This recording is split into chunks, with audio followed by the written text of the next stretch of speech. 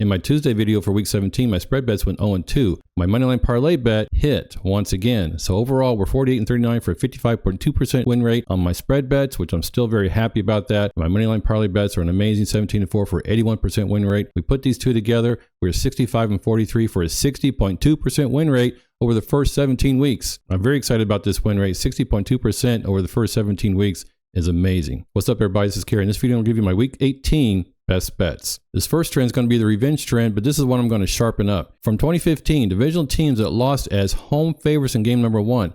I'm not talking about teams that just simply lost game number 1. I'm only talking about teams that lost as home favorites. So they were expected to win in game number 1, but they got beat by their divisional opponent. They covered the spread in game number 2 at an amazing rate of 61.4%. But if we take the 61.4% and look at it in a little bit more detail and look at how the teams are in game number 2, those teams that lost as home favorites and are now away favorites. So they were home favorites and lost, and they're still favorites on the road. They're 22-9. That's not a really big sample size, but that's an amazing 71% win rate. And I do believe in this for many reasons, which we'll talk about later in the video. But teams that lost as home favorites are now away dogs. They're 40-30 for a 57.1% win rate since 2015, which is still really strong. And I like this, but I've been bit by this recently, so I'm going to stay away from the away dogs. So to sharpen this trend up a little bit, we're going to stick to the left-hand side there. So this is it. Divisional teams that lost as home favorites in game number 1, but are now away favorites in game number 2, cover the spread in game number 2 at a rate of 71%. In week 18, we have 5 teams that lost as home favorites in game number 1 that are now on the road in game number 2. Let's check these out. We have the Bengals, they lost as a minus 3-point favorite against the Steelers, are now minus 1.5 in game number 2.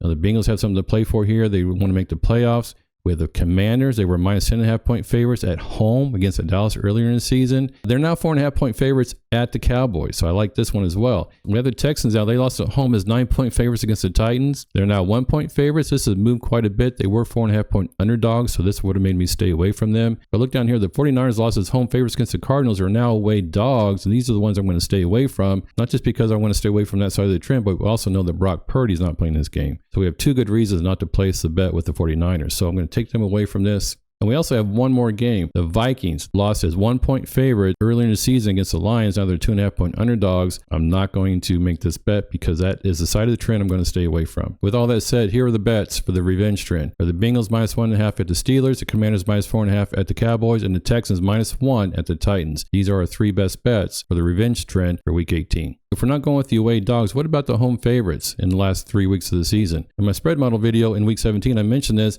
This particular trend went 5-1 last week in week 17. The home favorites in game number 2, if they're favored between 3 to 10 points, these are very key numbers in the spread. We all know that. In game number 2 in the last 3 weeks, these teams cover the spread at a rate of 69.8%. Again, this is since 2020. I really like this trend. This is a new trend. I mentioned this last week again in week 17. So which teams do we have for this particular trend? We have the Packers at home, minus 10 against the Bears. The Falcons minus 7.5 at home against the Panthers. The Colts minus 4.5 at home against the Jaguars. And the Cardinals minus 4 at home against the 49ers. Now, both the Packers and the Falcons have something to play for. The Packers for the seeding and the Falcons to make the playoffs. Down here, the Colts and the Cardinals are both out of the playoffs, but so are their opponents. So I'm not treating these games down here as anything but just regular season games here. Now down here one more time, the 49ers lost as home favorite earlier in the season. So this would go against that revenge trend, but as I mentioned there, Brock Purdy's not playing. So I'm going with the Cardinals laying 4 points against the 49ers. So these are my 4 best bets for this new trend. Packers minus 10, Falcons minus 7.5, Colts minus 4.5, and the Cardinals minus 4. Finally, for our Moneyline Parlay Bet, we have the following. Road teams favored by 6.5 to 7 points, win rate of 79.1%. This data goes all the way back to 2015. And we have the Seahawks are favored by 6.5 points at the Rams. So even though the Rams have something to play for with regards to the seeding in the NFC, the head coach Sean McVay has decided to rest Matthew Stafford and play Jimmy Garoppolo. Now up here I have the Commanders at the Cowboys, and even though they're favored by 4.5 to 5 points right now,